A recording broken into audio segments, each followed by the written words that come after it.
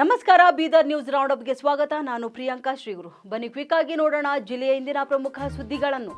ಕರ್ನಾಟಕ ಸುವರ್ಣ ಮಹೋತ್ಸವ ಮತ್ತು ಕನ್ನಡಾಂಬೆ ಗೆಳೆಯರ ಬಳಗದ 25ನೇ ವಾರ್ಷಿಕೋತ್ಸವದ ಪ್ರಯುಕ್ತ ಕನ್ನಡಾಂಬೆ ಗೆಳೆಯರ ಬಳಗದ ವತಿಯಿಂದ ಬೀದರ್ ನಗರದ ಡಾಕ್ಟರ್ ಚನ್ನಬಸವ ಪಟ್ಟದೇವರ ರಂಗಮಂದಿರದಲ್ಲಿ 50 ಜನ ತಾಯಿಂದರ ಪಾದಪೂಜೆ ಹಾಗೂ ವಿವಿಧ ಕ್ಷೇತ್ರದ 50 ಸಾಧಕರಿಗೆ ಪ್ರಶಸ್ತಿ ಪ್ರದಾನ ಸಮಾರಂಭವನ್ನು ಹಮ್ಮಿಕೊಳ್ಳಲಾಯಿತು.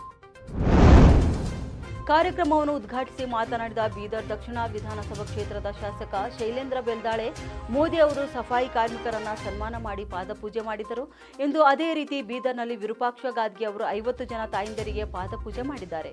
ಕನ್ನಡ ತಾಯಿಗೆ ಎಲ್ಲೇ ಅನ್ಯಾಯವಾದರೂ ವಿರೂಪಾಕ್ಷ ಗಾದ್ಗೆ ಅವರು ಧ್ವನಿ ಎತ್ತುತ್ತಾ ಬಂದಿದ್ದಾರೆ. ಕನ್ನಡ ತಾಯಿಗೆ ಎಲ್ಲೇ ಅನ್ಯಾಯವಾದರೂ ವಿರೂಪಾಕ್ಷ ಗಾದ್ಗೆ ಅವರು ಧ್ವನಿ ಎತ್ತುತ್ತಾ ಬಂದಿದ್ದಾರೆ. ಕನ್ನಡ ತಾಯಿಯ ಸೇವೆ ಮಾಡ್ತಿದ್ದಾರೆ. ನಾನು ಸಹ ಕನ್ನಡ ಪರ ಹೋರಾಟಗಳಿಂದಲೇ ಮುಂದೆ ಬಂದವನು. ಮನುಷ್ಯ ಎಷ್ಟೇ ದೊಡ್ಡ ವ್ಯಕ್ತಿಯಾಗಿದ್ದರೂ ಕೂಡ ಅದೆಲ್ಲವೂ ಸಹ ತಾಯಿಯಿಂದಲೇ ಹೊರತು ಇನ್ಯಾರಿಂದಲೂ ಅಲ್ಲ ಎಂದು ಹೇಳಿದ್ದಾರೆ. ಅಷ್ಟೊಂದು ಲಕ್ಷಾಂತರ ಕೋಟ್ಯಾಂತರ ಜನರಿಗೆ ಫ್ಯಾಮಿಲಿಗೆ ಸಹಾರಾಗಿ ಕೆಲಸ ಮಾಡುವ ಉದ್ಯೋಗ ಕೊಟ್ಟರು, ಕುಟುಂಬಗಳು ನಡೆಸಿದ್ರು. ಅದಕ್ಕೆ ಅವ್ರು ಇಲ್ಲಿ ಕೂಡ ಅವ್ರಿಗೆ ನೆನೆಸ್ತೇವೆ. ಈ ಕೂಡ ನಾವು ಯಾವುದೇ ಕೆಲಸ ಮಾಡಿದ್ರೆ ನಾವು ಇರ್ಲಿ ಬಿಡ್ಲಿ ಜನ ನಾವು ನೆನೆಸ್ಬೇಕಂತ ಕಾರ್ಯ ನಾವೆಲ್ಲರೂ ಮಾಡಬೇಕು. ಆ ಕೆಲಸ ನಮ್ಮ ಆತ್ಮೀಯ ಸಹೋದರ ಸ್ನೇಹಿತ ವಿರೂಪಾಕ್ಷ ಗಾದ್ಗೆ ಮಾಡ್ತಾ ಇದ್ದಾನೆ. ಒಳ್ಳೆ ಹೋರಾಟಗಾರನ ಕೂಡ ಯಾವಾಗ ಸಿಟಿ ಗಿಟ್ಟಿ ಬರ್ತಾ ಇರ್ತಾರೆ. ಜಾಸ್ತಿ ಥೋಡೆ ಎಲ್ಲ ಹೆಜ್ಜೆ ಕಮಾನ ಸಿಟಿ ಬಾಳದ ಅಂತ ಸಿಟಿ ಕೂಡ ಬಾಳದ ಅಂದ್ರೆ ಪ್ರೀತಿನೂ ಜಾಸ್ತಿ ಇರ್ತದೆ. ಇವೆರಡೂ ಅನ್ಬಲ್ಲವ. ಅದಕ್ಕಾದಷ್ಟು ಅವನು ಕೂಡ ರಾಜಕೀಯ ಬೆಳೆಯಲ್ಲಿ ಒಳ್ಳೆಯದಾಗಲಿ, ಒಳ್ಳೆ ಭವಿಷ್ಯ ಆಗಲಿ ಅಂತ ಭಗವಂತನ ಹತ್ರ ಎಲ್ಲ ಬಸವನ ಹತ್ರ. ಬೀದರ್ ನಗರದ ನೌಬಾದ್ನ ಚೌಳಿ ಕಮಾನ್ ಬಳಿ ಸುಮಾರು 60 ಅಲೆಮಾರಿ ಕುಟುಂಬಗಳು ಕಳೆದ 35ರಿಂದ 40 ವರ್ಷಗಳಿಂದ ಜೋಪಡಿಗಳನ್ನು ಕಟ್ಟಿಕೊಂಡು ವಾಸಿಸುತ್ತಿದ್ದು, ಖಾಸಗಿ ವ್ಯಕ್ತಿಗಳಿಂದ ಹಾಗೂ ಜನಪ್ರತಿನಿಧಿಗಳಿಂದ ಅಲೆಮಾರಿ ಜನರನ್ನು ಪದೇ ಪದೇ ಒಕ್ಕಲೆಬ್ಬಿಸುವ ಕೆಲಸ ನಡೆಯುತ್ತಿದೆ. ಅದೆಷ್ಟೋ ಬಾರಿ ಹೋರಾಟ ಮಾಡಿದರೂ ಸಹ ಇವರಿಗೆ ಆಶ್ವಾಸನೆಗಳ ಅರಮನೆ ದೊರೆತಿದೆಯೇ ಹೊರತು ಅಂಗೈ ಅಗಲದಷ್ಟು ಸಹ ಜಾಗ ದೊರೆತಿಲ್ಲ. ಇನ್ನು 2017ರಲ್ಲಿ ಇಲ್ಲಿನ ಜನರನ್ನ ಒಕ್ಕಲೆಬ್ಬಿಸುವ ಪ್ರಯತ್ನ ನಡೆದಾಗ ಅಂದಿನ ಜಿಲ್ಲಾಧಿಕಾರಿಗಳು ಸುಮಾರು 64 ಕುಟುಂಬಗಳ ಪಟ್ಟಿ ಮಾಡಿ 3 ತಿಂಗಳೊಳಗಾಗಿ ಅವರಿಗೆ ಸೂರು ನೀಡುವ ಭರವಸೆಯನ್ನು ನೀಡಿದರು. ಆದರೆ ಭರವಸೆಯನ್ನು ನೀಡಿ 8 ವರ್ಷಗಳು ಕಳೆದರೂ ಸಹ ಸೂರಿರಲಿ ಕನಿಷ್ಠ ಒಂದು ಜಾಗವನ್ನು ಕೂಡ ನೀಡಿಲ್ಲ ಎಂದು ತಮ್ಮ ಅಳಲನ್ನು ತೋಡಿಕೊಂಡಿದ್ದಾರೆ.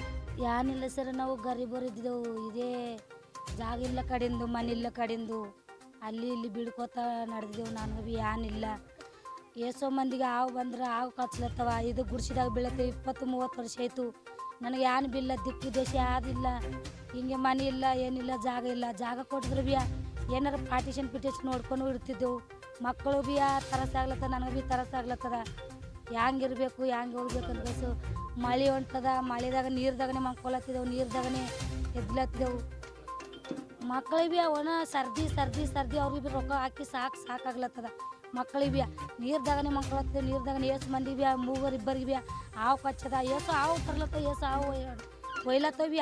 ಮತ್ತೊಂದು ಪಾರ ಬಿ ಮೊನ್ನೆ ಬಾಂತನ ಆಗಿದ್ರೆ ಬಿ ಆ ನೀರ್ದಾಗನೇ ಸತ್ತಾನ ಪಾರ ಸರ್ದಿಯಾಗಿ. ಯಾನಿಲ್ಲ ಸರ್. ಇದು ನಿಮ್ಮಂಥವ್ರು ಗರೀಬರಿಗೆ ಕೊಡಿದ್ರೆ, ಸಹಾಯ ಮಾಡಿದ್ರೆ, ನನಗೆ ಹೆಲ್ಪ್ ಮಾಡಿದ್ರೆ ನಿಮಗೆ ಪುಣ್ಯದಾನ ಬರ್ತದೆ ಸರ್. ಅಲ್ಲಿ ಓಡ್ತಾಯಿದ್ರು, ಇಲ್ಲಿ ಓಡ್ಲತ್ತೇವು. ಇಲ್ಲಿ ಓಡ್ತಾಯಿದ್ರೆ ಅಲ್ಲಿಗೂ ನಡೆದಿದ್ದೆವು. ಎಲ್ಲಂತ ಓಡಬೇಕು, ಎಲ್ಲಿ ಮಕ್ಕಳು ತೊಗೊನಿ, ಸಾಮಾನು ತೊಗೊನಿ, ಎಕ್ಕಡಂತ ಓಡಬೇಕು ಸರ್. ಮಾಜಿ ಸಚಿವ ಹಾಗೂ ಔರಾದ್ ಬಿ ಶಾಸಕ ಪ್ರಭು ಬಿ ಚೌಹಾಣ್ ಅವರು ಔರಾದ್ ಬಿ ತಾಲೂಕಿನ ಹಂಗರ್ಗ ಗ್ರಾಮದ ಹನುಮಾನ ಮಂದಿರದಲ್ಲಿ ವಿಶೇಷ ಪೂಜೆ ನೆರವೇರಿಸಿದರು. ಕುಟುಂಬಸ್ಥರೊಂದಿಗೆ ದೇವಸ್ಥಾನಕ್ಕೆ ತೆರಳಿದ ಶಾಸಕರು ಪೂಜೆ, ಅರ್ಚನೆ, ಮಹಾಭಿಷೇಕ ನೆರವೇರಿಸಿ ನಾಡಿನ ಒಳಿತಿಗಾಗಿ ಪ್ರಾರ್ಥನೆ ಸಲ್ಲಿಸಿದರು. ಮಳೆ ಬೆಳೆ ಸರಿಯಾಗಿ ಬೆಳೆದು ರೈತರ ಬಾಳು ಹಸನಾಗಬೇಕು, ಕ್ಷೇತ್ರದ ಜನತೆಗೆ ಸಮೃದ್ಧಿ ಕಲ್ಪಿಸುವಂತೆ ಬೇಡಿಕೊಂಡರು. ಅಂತೇಶ್ವರ ಪೂಜಾರಿಯ ನೇತೃತ್ವದಲ್ಲಿ ಪೂಜಾ ಕಾರ್ಯಕ್ರಮಗಳು ಜರುಗಿದವು. ಬಳಿಕ ದೇವಸ್ಥಾನದಲ್ಲಿ ಮಹಾಪ್ರಸಾದದ ವಿತರಣೆ ನಡೆಸಲಾಯಿತು. ಶಾಸಕರು ದೇವಸ್ಥಾನಕ್ಕೆ ಆಗಮಿಸಿದ ಭಕ್ತಾದಿಗಳಿಗೆ ತಮ್ಮ ಕೈಯಿಂದಲೇ ಪ್ರಸಾದ ವಿತರಿಸಿ ಭಕ್ತಿಭಾವ ಮೆರೆದರು. ಬಳಿಕ ತಾವು ಕೂಡ ಭಕ್ತಾದಿಗಳ ಜೊತೆಗೆ ಕುಳಿತು ಮಹಾಪ್ರಸಾದವನ್ನು ಸೇವಿಸಿದರು. ಮಹಾರಾಷ್ಟ್ರದ ಜ್ಞಾನೇಶ್ವರ ಮಹಾರಾಜ ಪಟಾಡೆ ಅವರಿಂದ ರಾತ್ರಿ ಕೀರ್ತನೆ ಕಾರ್ಯಕ್ರಮ ನಡೆಯಿತು. ವಿವಿಧ ಬೇಡಿಕೆಗಳನ್ನು ಈಡೇರಿಸುವಂತೆ ಆಗ್ರಹಿಸಿ ಗ್ರಾಮೀಣ ಕೂಲಿ ಕಾರ್ಮಿಕರ ಸಂಘಟನೆ ವತಿಯಿಂದ ಬೀದರ್ ಜಿಲ್ಲಾಧಿಕಾರಿಗಳ ಕಚೇರಿ ಮುಂಭಾಗದಲ್ಲಿ ಸಾಂಕೇತಿಕ ಧರಣಿ ನಡೆಸಿ ಜಿಲ್ಲಾಧಿಕಾರಿಗಳ ಮುಖಾಂತರ ಪ್ರಧಾನಮಂತ್ರಿಗಳಿಗೆ ಹಾಗೂ ಮುಖ್ಯಮಂತ್ರಿಗಳಿಗೆ ಬರೆದ ಪ್ರತ್ಯೇಕ ಮನವಿ ಪತ್ರ ಸಲ್ಲಿಸಿದರು. ಉದ್ಯೋಗ ಖಾತ್ರಿ ಕೂಲಿ ಕಾರ್ಮಿಕರಿಗೆ ನೀಡಬೇಕಾದ ಹಣ ಬಜೆಟ್ನಲ್ಲಿ ಕೇಂದ್ರ ಸರ್ಕಾರ ಪ್ರತಿ ವರ್ಷ ಕಡಿಮೆ ಮಾಡ್ತಾ ಬರುತ್ತಿದೆ. ಇದರಿಂದ ಕಾರ್ಮಿಕರಿಗೆ 100 ದಿನಗಳ ಉದ್ಯೋಗ ಖಾತ್ರಿ ಕೆಲಸದ ಹಕ್ಕು ಕೇಂದ್ರ ಸರ್ಕಾರ ಕಿತ್ತುಕೊಳ್ಳುತ್ತಿದೆ. ಆದ್ದರಿಂದ ಸರಿಯಾಗಿ ಸಮಯಕ್ಕೆ ಕೆಲಸ ಮಾಡಿದ ಕಾರ್ಮಿಕರಿಗೆ ಕೂಲಿ ಪಾವತಿ ಆಗ್ತಿಲ್ಲ. ಕೇಂದ್ರ ಸರ್ಕಾರ ಮುಂಬರುವ ಬಜೆಟ್ನಲ್ಲಿ 2 ಲಕ್ಷ ಕೋಟಿ ಹಣ ಮೀಸಲಿಡಬೇಕು. ಪ್ರಸಕ್ತ ಸಾಲಿನಲ್ಲಿ ಕೆಲಸ ಮಾಡಿದ ಕೂಲಿ ಕಾರ್ಮಿಕರಿಗೆ ಬಾಕಿ ಕೂಲಿ ಹಣ ತಕ್ಷಣ ಬಿಡುಗಡೆಗೊಳಿಸಬೇಕು ಎಂದು ಆಗ್ರಹಿಸಿದ್ದಾರೆ. ಜಿಲ್ಲೆಯ ಹುಮ್ನಾಬಾದ್ನಲ್ಲಿ ಇಂದು ನಡೆದ ತಾಲೂಕು ಪಂಚಾಯತ್ ಪ್ರಗತಿ ಪರಿಶೀಲನಾ ಸಭೆಯಲ್ಲಿ ವಿಧಾನ ಪರಿಷತ್ ಸದಸ್ಯ ನಾವು ನೀವೆಲ್ಲರೂ ಇರೋದೇ ರೈತರಿಂದ ರೈತರಿಗಾಗಿ ಕೃಷಿ ಇಲಾಖೆಯಿಂದ ಸಿಗುವ ಸೌಲಭ್ಯಗಳ ಬಗ್ಗೆ ರೈತರಿಗೆ ಜಾಗೃತಿ ಮೂಡಿಸಿ ಯಾವ ರೈತರು ಕೂಡ ಸರ್ಕಾರ ಯೋಜನೆಯಿಂದ ವಂಚಿತರಾಗಬಾರದು. ಕಾಟಾಚಾರಕ್ಕೆ ಕೆಡಿಪಿ ಇದೆ ಎಂದು ಸುಳ್ಳು ಮಾಹಿತಿ ಕೊಡಬೇಡಿ ಎಂದು ಹುಮ್ನಾಬಾದ್ ಮತಕ್ಷೇತ್ರದ ಕೆಡಿಪಿ ಸಭೆಯಲ್ಲಿ ಕೃಷಿ ಇಲಾಖೆಯ ಅಧಿಕಾರಿಗಳಿಗೆ ತರಾಟೆ ತೆಗೆದುಕೊಂಡಿದ್ದಾರೆ. ಲಾಸ್ಟ್ ಟೈಮು ಇದೇ ಥರ ಮಾತನಾಡಿದ್ವಿ, ಏನಂದ್ರೆ ಸಾಯಿಲ್ ಟೆಸ್ಟಿಂಗ್ ಮಾಡ್ತಾ ಇದ್ದೀವಿ, ಇಲ್ಲಿವರೆಗೆ ಇನ್ನೂ ಈಗ ಬಂದಿದೆ ಅಂತ ಹೇಳ್ತಾ ಇದ್ವಿ. ಮುಂದೆ ಬರೋಂಥ ದಿನಗಳಲ್ಲಿ ನಾವೆಲ್ಲ ಇರೋದು ಯಾವ ಸಲುವಾಗಿ 70% ಆಫ್ ಜನ ನಮ್ಮ ರೈತರಿದ್ದಾರೆ ಭಾರತ ದೇಶದಲ್ಲಿ ಬರ್ತಾರೆ.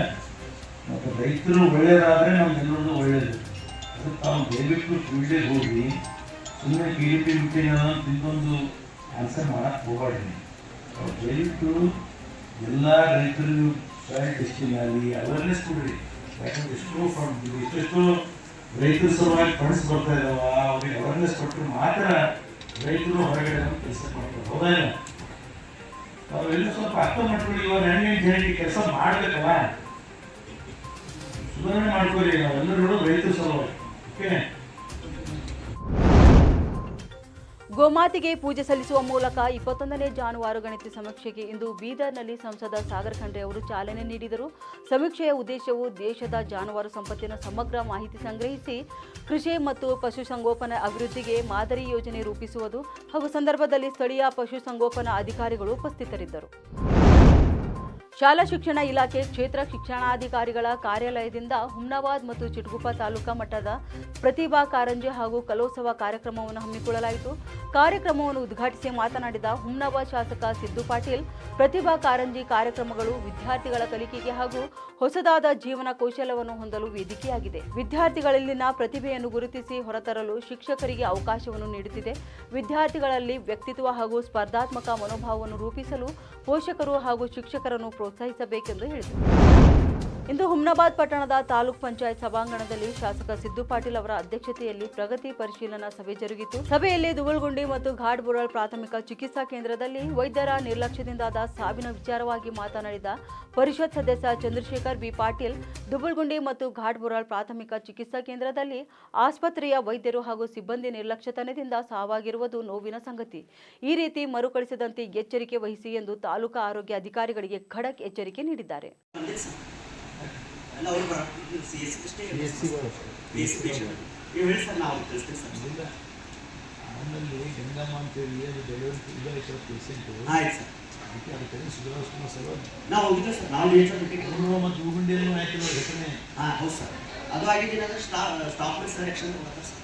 ಅದೊಬ್ಬರು ಹೇಳಿದ್ರಲ್ಲ ಮೊನ್ನೆ ಜಿಲ್ಲಾ KDPದಲ್ಲಿ ಪ್ರಸ್ತಾವನೆ ಮಾಡಿದಾಗ ಸುಧಾರಣೆ ಎಲ್ಲಿಂದು ದುರ್ಗುಂಡಿ ನಿಮಗೆ ಕೊಟ್ಟೆ ಅದೇ ಅವ್ನು ನೋಡ್ಕೊಳಕ್ಕಾಗಲ್ಲ. ಮತ್ತು ನಿಮಗಿದು ಚಾರ್ಜ್ ಕೊಟ್ಟಿದ್ದಲ್ಲ ಈಗ ಗೌರ್ಮೆಂಟ್ ಡಾಕ್ಟರ್ ಡಾಕ್ಟರ್ ಕಮ್ಮಿ ಅದು ಮಾತಾಡೋಣ ಸ್ವಲ್ಪ ಆಯ್ತು ಅದೇ ಡೀಟೇಲ್ ಕೊಟ್ಟಿರೋದು ಕೊಡ್ತೀನಿ ಸರ್. ಕೊಟ್ಟೆ ಅದಕ್ಕೆ ಸುಮ್ಮನೆ ಇವಾಗಿದ್ದವು ಇಂದಿನ ಜಿಲ್ಲೆಯ ಪ್ರಮುಖ ಸುದ್ದಿಗಳು. ಮತ್ತೆ ನಾಳೆ ಭೇಟಿಯಾಗೋಣ ಮುಂದಿನ ಸಂಚಿಕೆಯಲ್ಲಿ.